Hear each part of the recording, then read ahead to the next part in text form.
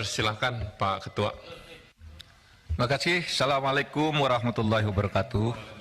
Saya ingin menyampaikan terima kasih yang sebesar-besarnya kepada Komisi 3 yang setelah menunda pertemuan 2 kali baru sore hari ini kita ketemu. Selamat menunaikan ibadah puasa kepada yang berpuasa. Dan saya melalui gedung yang terhormat ini mengucapkan selamat kepada seluruh warga Polhukam di seluruh Indonesia, karena hari ini adalah hari ulang tahun atau hari lahir Polhukam, 29 Maret. Dulu lahirnya tahun 98 ketika Presiden mengangkat Profesor Jenderal Panggabean sebagai Polhukam, Menko Polhukam yang pertama.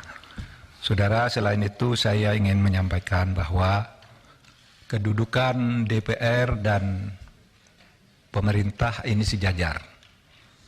Oleh sebab itu, kita harus bersama bersikap sejajar, saling menerangkan, saling berargumen. Tidak boleh ada yang satu menuding yang lain seperti polisi memeriksa copet. Pemerintah bisa melakukan itu. Oleh sebab itu, mari kita setara aja, saling buka. Itu tadi yang substansi, ya kita tunjukkan nanti datanya. Ya. Tapi saya ingin bagi dua keterangan saya ini. Ya. Pertama, saya ingin menegakkan soal legal standing. Bolehkah Menko Polhukam mengumumkan data pencucian uang ke publik yang kemarin dipersoalkan? Saya jawab nanti.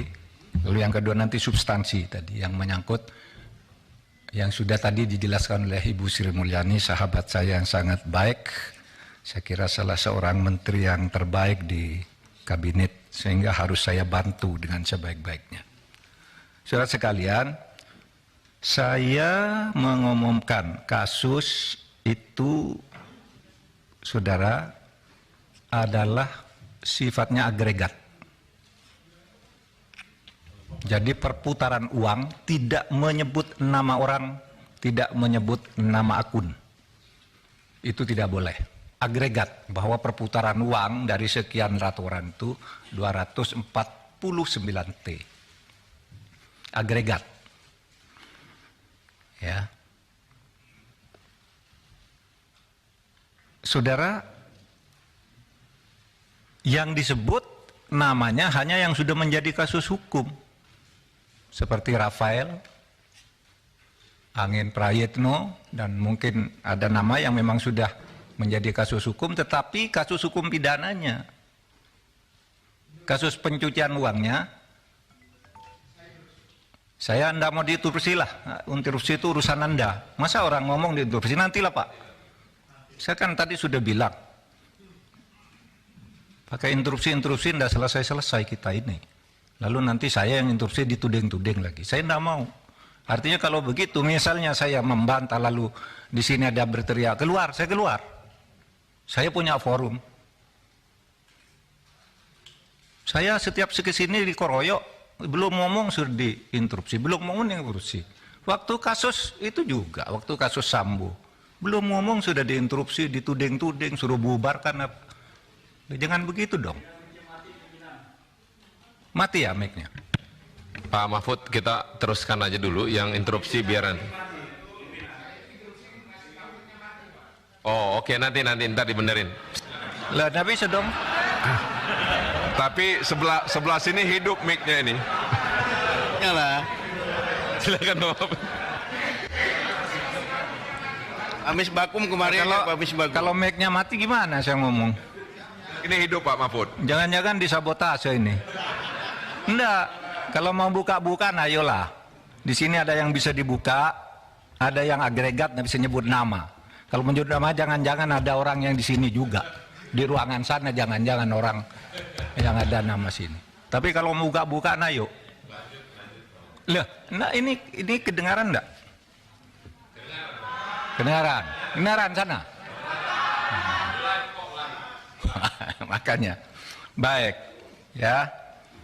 Saya tidak sebut nama. Ya. Yang nyebut nama yang ketiga inisial bukan saya. Bu Sri Mulyani tadi. Itu nanti tanyakan ke beliau, tapi itu justru salahnya di situ. Itu. Saudara, ini ada ketentuan nih di undang-undang yang tidak boleh menyebut itu kalau menyangkut ini identitas seseorang, kemudian nama perusahaan, nomor akun dan sebagainya itu ya. Profil entitas yang terkait yang melakukan transaksi, pihak terlapor, nilai, tujuan transaksi. Nah itu semua tidak boleh disebut. Saya tidak nyebut apa-apa, hanya nyebut angka agregat. Oke, satu. Oleh sebab itu, saya harus jawab dulu satu persatu. 3 orang nih Pak Arteria. Wah, katanya, ini bisa diancam dengan ancaman hukuman pidana 4 tahun. Karena itu lalu terpancing si Boyamin itu, ngelaporin betul.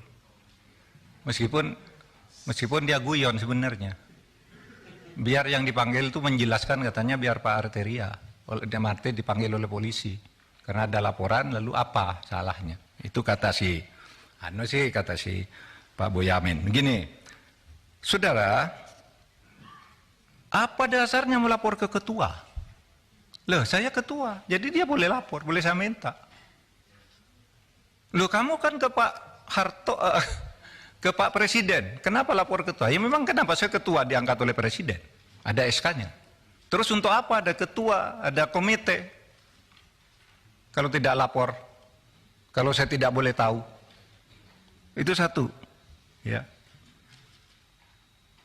Itu bisa dihukum 10 tahun. Beranikah saudara? Saudara Arteria bilang begitu kepada Kepala BIN, Pak Budi Gunawan. Pak Budi Gunawan tuh anak buah langsung presiden. Anak buah langsung presiden dia. Bertanggungjawab presiden, bukan anak buahnya Menko Polhukam, tapi setiap minggu laporan kayak ini resmi, info intelijen kepada Menko Polhukam. Coba saudara bilang ke Pak Budi Gunawan, Pak Budi Gunawan, menurut Undang-Undang BIN bisa diancam 10 tahun penjara, berani enggak? Menurut pasal 44. Kan persis yang saudara baca kepada saya, bahwa kalau menyampaikan ke Menko Polhukam 10 tahun lepas BIN nyampaikan, bukan ke presiden, tapi ke saya nih. Ini bulan Maret ada nih. Kok terus enggak boleh gimana? Apa gunanya ada? Dan ini penting saudara. Karena apa? Ya. Karena saya bekerja berdasar info intelijen. Misalnya ada kayak gini, saya enggak bocorkan di sana, tapi tahu besok akan ada demo di sana. Kekuatannya sekian orang, korlapnya ini. Kekuatan polisi yang diperlukan segini, sehingga saya tidak perlu rapat tuh kecil. Oh ini serius. Itu info intelijen, masa saya tidak boleh ngomongkan gitu? Tiap malam saya dengan Pak Budi Gunawan nih, di WA saya nih, info intelijen, Pak besok nampaknya ada demo di sana Pak. Oh iya Pak, sudah itu korlapnya ini kekuatannya segini aja Pak.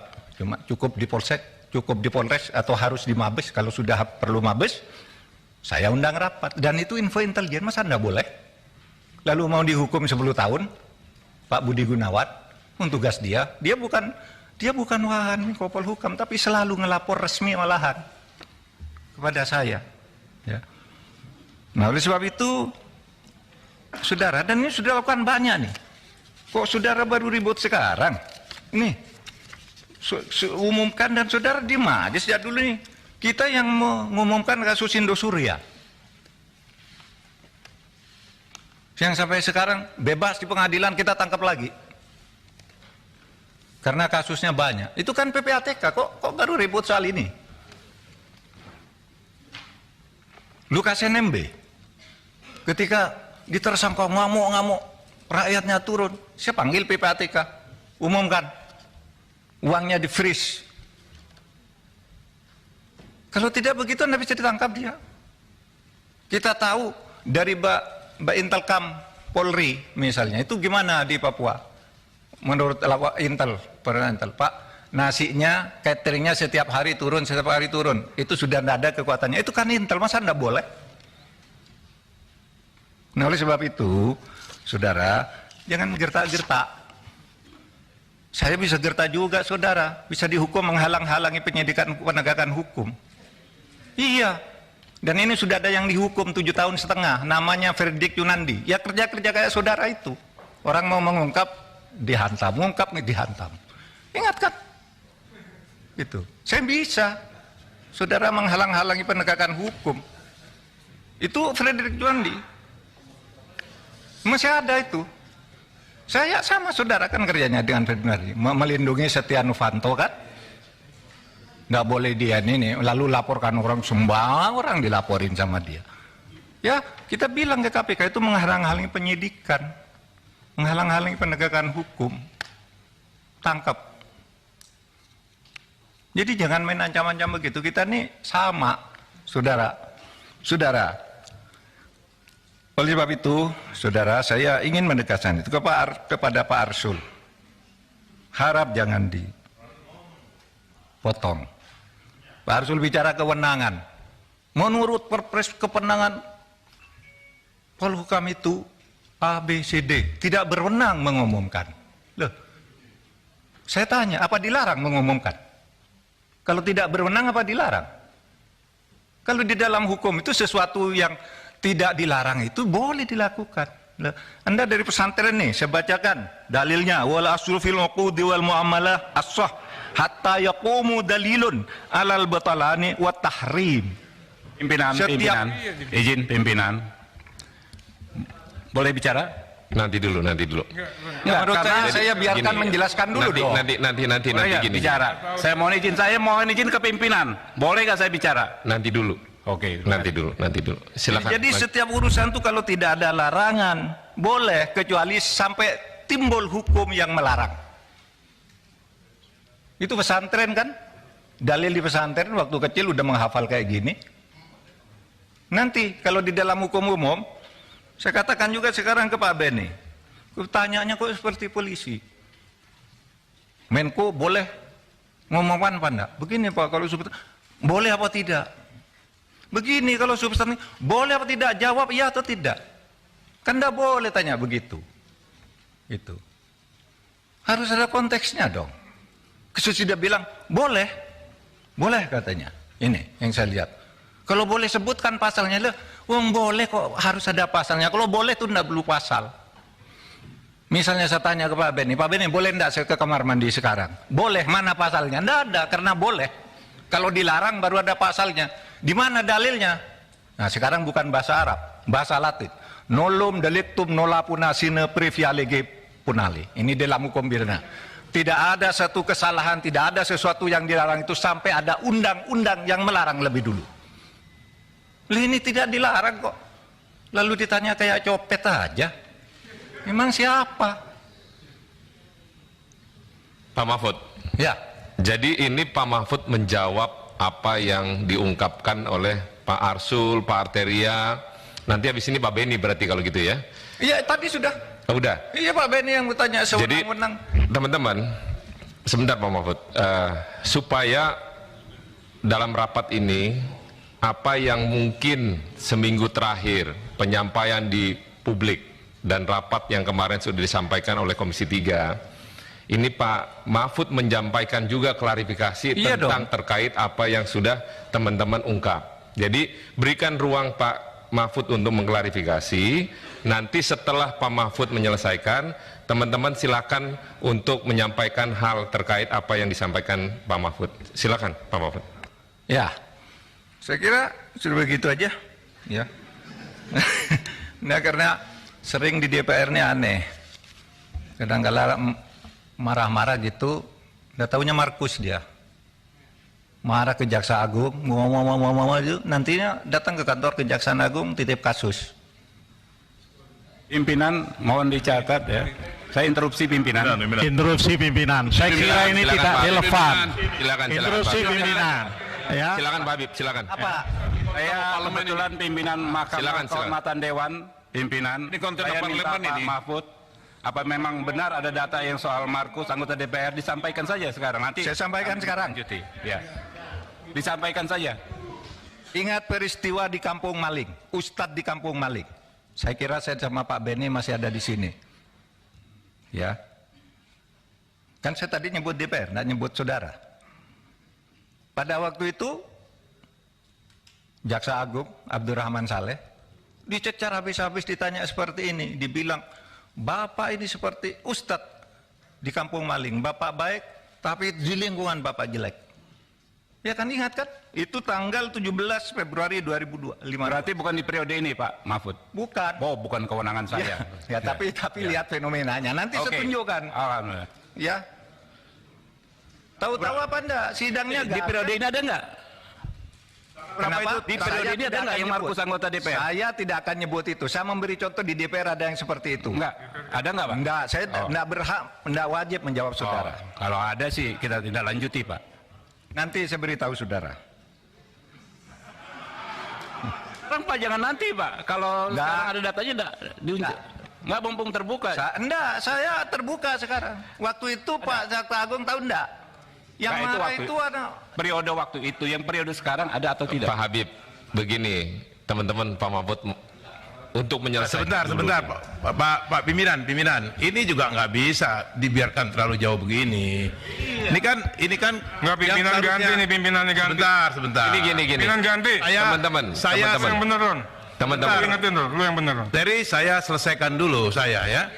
Ya, seharusnya pada kesempatan pertama Pak Mahfud menjelaskan semua hal yang Pak Mahfud jelaskan di media terkait dengan 300 triliun itu.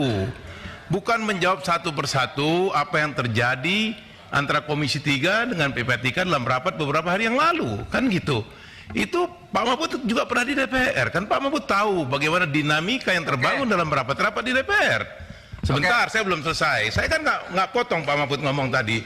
Saya mendengar dengan seksama apa yang disampaikan Pak Mahfud. Gantian dong, sekarang saya ngomong.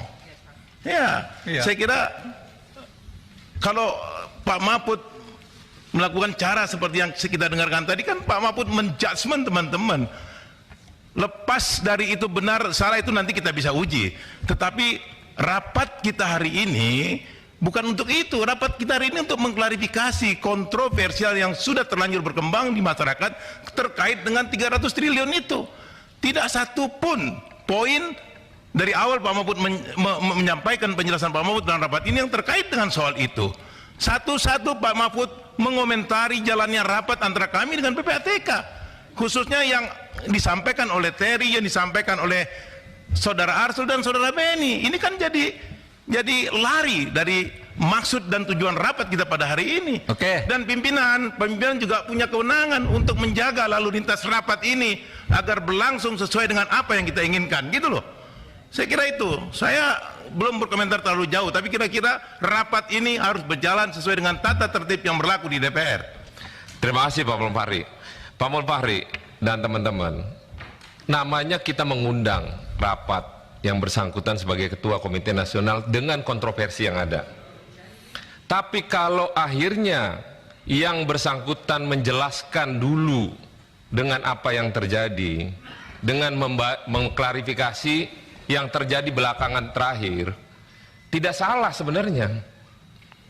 Nanti kalau selesai dia mengklarifikasi, Pak Menko, baru kita tangkepin Pak, supaya apa yang menjadi klarifikasi Pak Mahfud ini bulat. Bukan berarti nanti interupsi. Mau kapan selesai Pak? Mau 2 hari? Pak Arteria tadi udah suruh ganti saya sebagai pimpinan. Ini lagi di luar jalur. Kan kita lagi mendengarkan dulu ketua komite menjelaskan Pak, supaya terungkap. Mau rapat 7 hari nggak apa-apa, asal ungkapan dari ketua komite apa yang menjadi kontroversi ini terbuka secara publik dengan teman-teman. Nah, kiranya untuk jangan salah mengartikan, Pak Mahfud ini menyampaikan ungkapan, masa nggak dikasih ruang seorang ketua komite atas kontroversi yang ada. Ini kan permulaan. Nah, begitu ya. Nah, lanjut Pak Menko, supaya jangan ada nanti seolah-olah pimpinan tidak memberikan satu keputusan tegas. Oke, Pak Mahfud, silakan Pak Mahfud. Baik, saudara, tadi kan saya sudah sampaikan. Saya akan punya dua bagian di sini. Satu, saya menjawab pengadilan terhadap Ketua PPATK kemarin yang saya tidak bisa hadir. Bukan tidak bisa hadir, saya sudah siap hadir, tapi jadwalnya diubah. Saya bilang, keterangan saya hari ini akan ada dua macam. Satu, tentang legal standing, di mana dibilang PPATK tidak boleh melapor ke Menko, Menko tidak boleh bicara ke publik. Padahal ini yang selama ini kita gunakan untuk nangkap teroris, untuk koruptor dan sebagainya. Itu saya menjelaskan itu aja. Nah, sekarang mari masuk, saudara sekalian. Nah, sekarang ke materinya yang menyangkut penjelasan Ibu Sri Mulyani tadi. Pemerintah Republik, saya baca kalau ini. Pemerintah Republik Indonesia senantiasa berkomitmen untuk mencegah dan memberantas tindak pidana pencucian uang dengan mengoptimalkan koordinasi, kolaborasi dan kerjasama antar kementerian lembaga negara. Oleh karenanya, sebagai amanat pasal 92 ayat 2 Undang-Undang Nomor 8 Tahun 2010 tentang pencegahan dan pemberantasan tindak pidana pencucian uang, Presiden membentuk KNKPP TPU, Komite TPU sebutannya. Nah, ini ketuanya ex officio, Menteri Koordinator Bidang Politik, Hukum, dan Keamanan. Jadi ini Menteri, kemudian wakil ketuanya Menko Perekonomian, lalu Sekretaris PPATK. Saudara, undangannya kepada saya itu kepada Ketua KNKPP TPU dan jajaran. Tidak ada sebutan Menteri Keuangan. Di undangannya dilihat aja. Undang-Undang Menteri Keuangan. Bahwa di sini kemarin berdebat Menteri Keuangan itu di sini. Tapi suratnya resmi kepada kami dan jajaran. Saya ngajak jajaran nih. Yang ada di sini nih adalah ada yang di dalam TPU. Jadi mohon difahami itu. Nah, saudara sekalian, saya ingin menyampaikan secara singkat saja apa yang dimaksud dengan apa itu? Slide-nya sekarang. Slide berikutnya. Saya jelaskan dulu ketika saya nyebut angka itu artinya itu apa? Pertama, tindak pidana pencucian yang itu adalah satu, transaksi keuangan yang menyimpang dari profil, karakteristik atau kebiasaan pola transaksi dari pengguna jasa yang bersangkutan. Kalau profilnya menteri, kira-kira pendapatannya berapa? Kok tiba-tiba hartanya sekian? Nah, itu menyimpang dari profil, bisa dicurigai sebagai tindak pidana belum tentu pencucian, tapi dicurigai. Bisa menurut undang-undang ini. Kedua, transaksi keuangan oleh pengguna jasa yang patut diduga dilakukan dengan tujuan menghindari pelaporan transaksi yang bersangkutan yang wajib dilakukan oleh pihak pelapor sesuai dengan Undang-Undang TPPU. Yang ketiga, transaksi keuangan yang dilakukan atau batal dilakukan dengan menggunakan harta kekayaan yang diduga berasal dari hasil tindak pidana atau transaksi keuangan yang diminta oleh PPATK untuk dilaporkan oleh pihak pelapor karena melibatkan harta kekayaan yang diduga berasal dari hasil tindak pidana. Nah, modusnya begini. Satu, kepemilikan saham pada perusahaan atas nama keluarganya. Dia, ya seperti yang baru diumumkan tuh, RAT. Dia laporannya sendiri sedikit, rekeningnya sendiri sedikit, tapi istrinya, anaknya, perusahaannya, nah itu patut dicurigai. Karena pekerjaannya. Apakah itu betul pencucian? Nah, nanti dibuktikan, tapi itu sudah memenuhi syarat. Yang kedua, pemilikan aset berupa barang yang bergerak maupun tidak bergerak, diatasnamakan pihak lain, disimpan di tempat lain. Sekretaris Mahkamah Agung itu punya mobil mewah berapa, mobilnya disimpan di tempat lain. platnya diganti. Kan muncul tuh di PPATK, itu pencucian uang, harus diperiksa. Yang ketiga, membentuk perusahaan untuk mengelola hasil kejahatan. Untuk perusahaan gitu, bikin hotel, hotelnya tidak ada yang beli, tapi asetnya besar sekali. Hotelnya ada orang masuk, hanya hotel melati, tapi uangnya ratusan miliar. Nah itu bisa dicurigai sebagai pencucian uang. Ya. Penerimaan hibah yang tidak bergerak hasil kejahatan tanpa dilengkapi akta hibah. Tidak ada hibah. Ada yang hibah, dikirim ke ayahnya, ini nyogok misalnya, saya disuap 5 miliar. Lalu di mana caranya nih? Dikirim ke ayah saya. Lalu ayah saya disuruh bikin hibah, oh ini dari ayahnya. Itu bisa. Ada juga yang rekening, saudara. Saya buka rekening 10 miliar atas nama saya. Lalu ATM-nya diserahkan Pak Sahroni, Pak ambil uang ini sesuka-suka kamu. Namanya saya. Tapi Amba yang ngambil di ATM setiap kau butuh sampai habis. Itu pencucian uang. Ya. Nah yang dikerjakan dari data ini adalah kerja-kerja seperti itu. Menggunakan rekening atas nama orang lain untuk menyimpan hasil kejahatan, melakukan transaksi pembelian barang fiktif, dilakukan pembayaran namun barang tidak pernah dikirimkan. Misalnya begini, dari sebuah organisasi di Arab Saudi itu ngirim uang ke Gresik. Apa? Membeli sejadah produk Gresik dan peci. Jelas pengirimannya ke satu perusahaan, tapi barangnya tidak pernah balik. Dari Gresik tidak ada apa itu, untuk dibuat bom. Itu pencucian uang di bidang terorisme. Gitu. Kemudian menyimpan harta hasil kejahatan dalam safe deposit box atau tempat lainnya, masuk.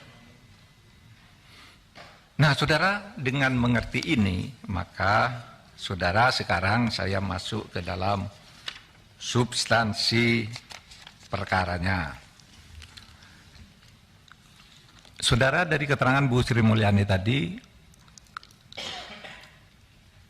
saya ingin menjelaskan fakta dan nanti datanya bisa ambil di sini. Bisa saya tunjukkan di sana lalu ambil. Bahwa ada kekeliruan pemahaman Ibu Sri Mulyani dan penjelasan Ibu Sri Mulyani karena ditutupnya akses yang sebenarnya dari bawah.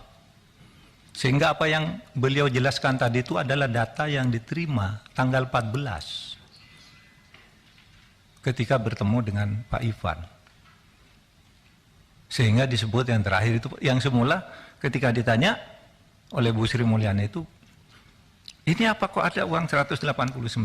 Itu pejabat tingginya yang eselon 1 itu. Oh enggak ada Bu di sini. Enggak pernah ada katanya. Ini tahun 2020 kata Bu, enggak pernah ada. Ada Pak Ivan, enggak ada. Baru dia, oh iya nanti dicari katanya. Dan itu nyangkut 189, nanti dijelaskan oleh Pak. Dan itu adalah pencucian uang, dugaan pencucian uang, cukai dengan 15 entitas. Tapi apa laporannya? Menjadi pajak. Sehingga kita diteliti, oh iya ini perusahaannya banyak, hartanya banyak, pajaknya kurang, padahal ini cukai laporannya. Apa itu? Emas. Ya. Impor emas, batangan yang mahal-mahal itu, tapi di dalam surat cukainya itu dibilang emas mentah. Diperiksa oleh PPATK, diselidiki. Di mana? Kamu kan emasnya emas sudah jadi, kok bilang emas mentah? Enggak. Ini emas mentah tapi dicetak di Surabaya. Dicari ke Surabaya, tidak ada pabriknya. Dan itu menyangkut uang miliaran, saudara. Tidak diperiksa. Laporan itu diberikan tahun 2017. Oleh PPATK. Bukan tahun 2020. 2017 diberikan, tidak pakai surat, tapi diserahkan oleh Ketua PPATK langsung kepada Kementerian Keuangan yang diwakili oleh Dirjen Bea Cukai, Irjen Kementerian Keuangan, dan 2 orang lainnya. Ini serahkan. Kenapa tidak pakai surat? Karena ini sensitif, masalah besar. 2 tahun tidak muncul, tahun 2020 dikirim lagi, tidak sampai juga ke Bu Sri Mulyani, sehingga bertanya ketika kami kasih itu, dan yang dijelaskan yang salah, di mana salahnya nanti. Saudara, saya sangat hormat kepada Bu Sri Mulyani. Dia teman kerja saya yang baik di dalam pemberantasan korupsi. Saudara tahu BLBI 20 tahun tidak bisa ditagih karena dibebankan Kementerian Keuangan. Saya minta impres ke Presiden, sudah berhenti berdebat, saya ambil semua. Bisa itu? Teman saya dia, dalam banyak hal, IKN apa gitu.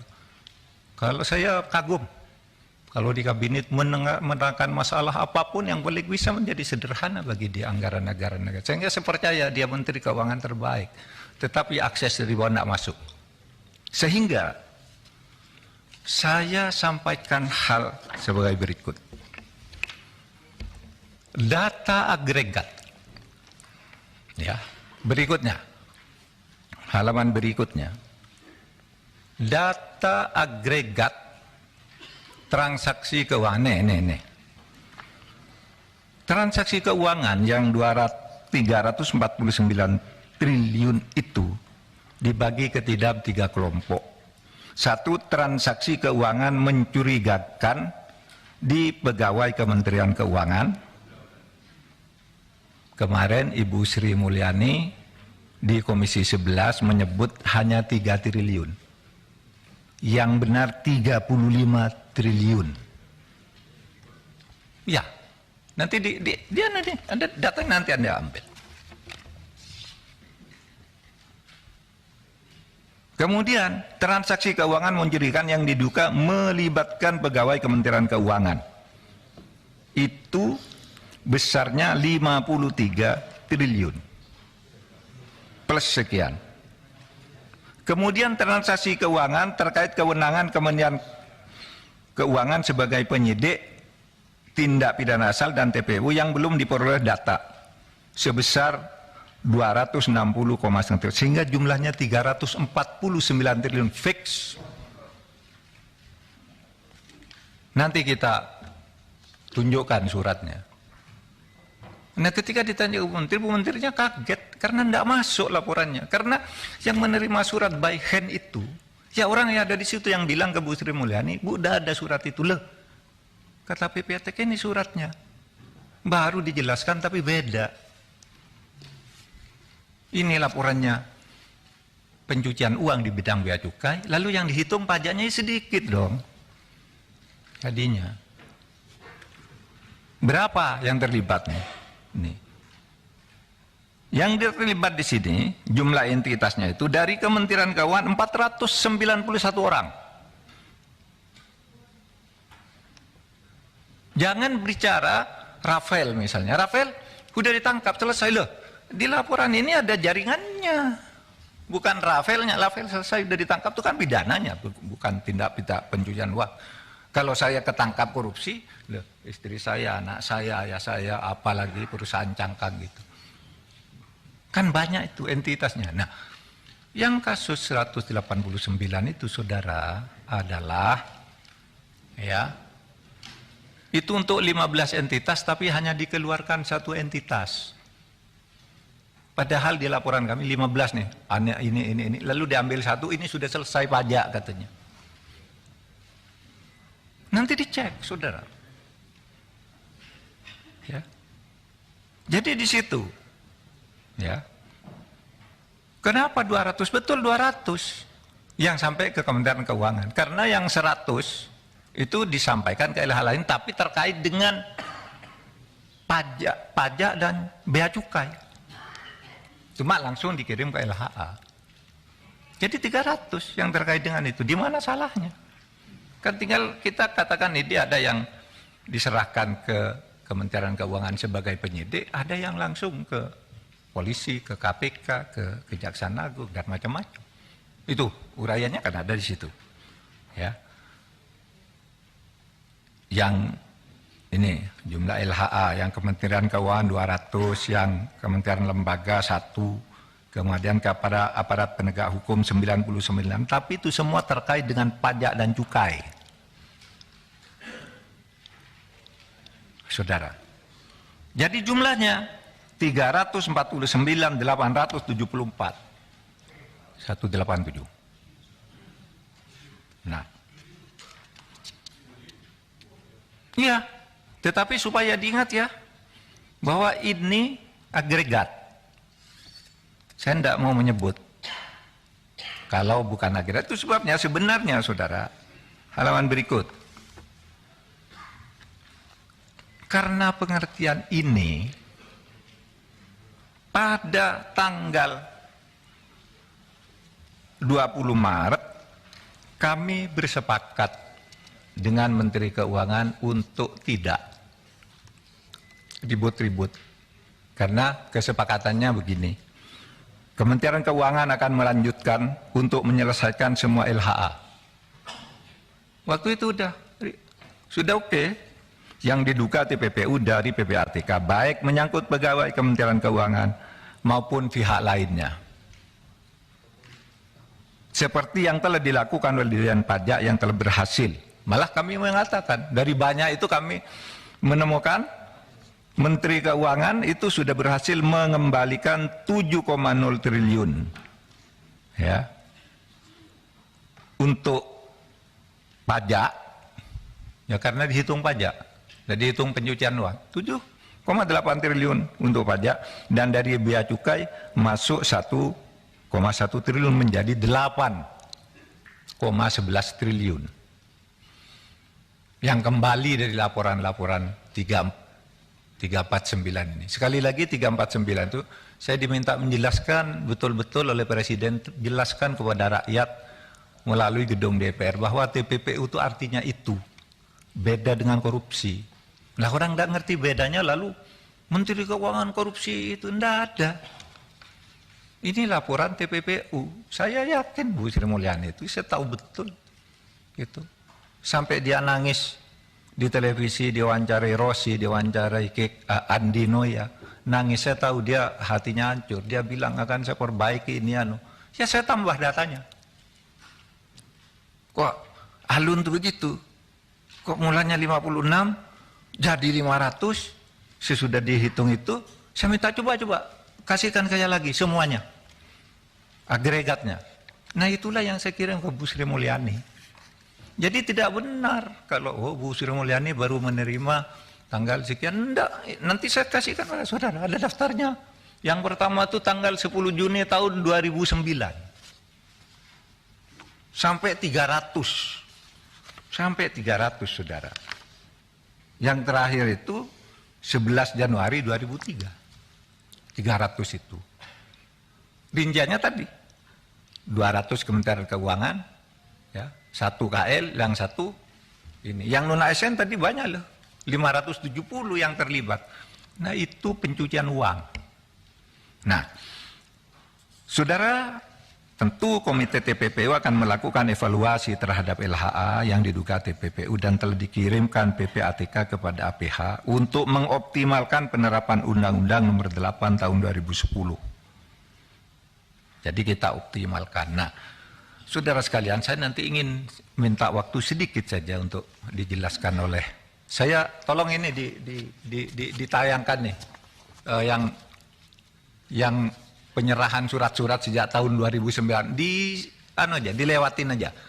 Ini halaman 1 sampai 24 surat. Ada nomornya semua. Ada tujuannya kepada siapa. Halaman 2 25 sampai 46. Halaman 3 47 sampai 66. Sampai 300 lah. Nanti saudara lihat sendiri. Tidak akan ditutup-tutupi. Katanya mau minta data, saya kasih data. Tapi agregat. Nah dari data yang agregat ini, kalau saudara ingin, silakan. Itu DPR. Saya akan nyebut agregat. Angka untuk setiap surat ini sudah ada juga. Sehingga apa kesimpulan saya? Bu Sri Mulyani tidak punya akses terhadap laporan-laporan ini. Sehingga keterangan yang terakhir pun di Komisi 11 itu jauh dari fakta. Karena bukan dia nipu, dia diberi data itu, data pajak, padahal ini data bea cukai. Tadi penyelundupan emas itu. Ini enggak tahu siapa yang bohong. Tapi itu faktanya. Kalau enggak adu data, mari. Saudara mau undang kan? Adu data dengan saya. Nah ini saudara yang saya katakan agregat. Nah, saudara saya ingin mengusulkan begini. Sulit memberantas korupsi itu. Tolong melalui Pak Bambang Pacul, Pak, tolong Pak, undang-undang perampasan aset tolong didukung Pak.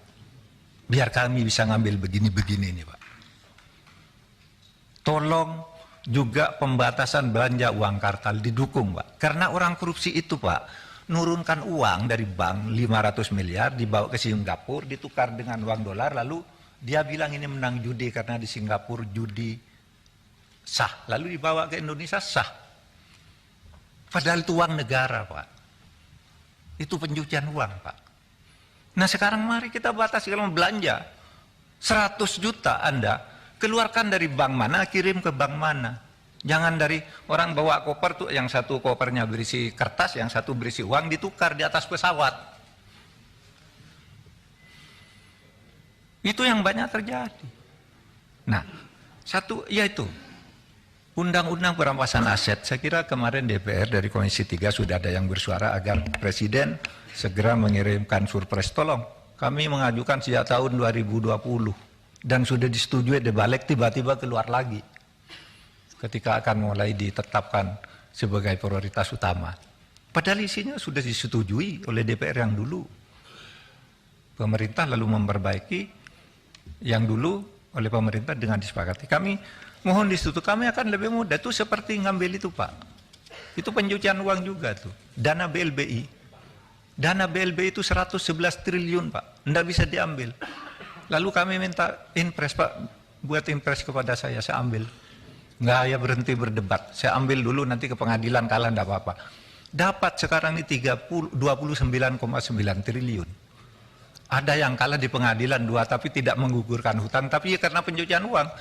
Barangnya dijaminkan ke pemerintah dengan surat tanda tangan di atas meterai. Tapi sertifikatnya tidak diserahkan. Lalu dijual.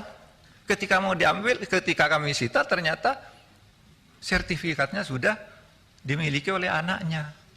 Kalah di pengadilan, tidak apa-apa, tapi hutangnya tetap. Gitu. Tapi kalau ada undang-undang perampasan aset, kita bisa tangani Pak itu semua. Makanya dulu awal kami masuk ke sini, mohon. Ini undang-undang perampasan aset dan pembatasan belanja uang tunai ini. Bisa. Mungkin akan menyulitkan memang, tidak selalu sempurna, tetapi saya kira ikhtiar kita harus dilakukan untuk itu. Bapak saya minta maaf kalau tadi ada yang agak keras karena sebenarnya saya tadi sejak awal mengatakan saya akan melayani dengan tone yang sama dan tadi sudah dengan tone yang sama saya lakukan. Nah yang sekarang mari kita baik-baik saja gitu karena ini mencari kebenaran. Saya persilahkan.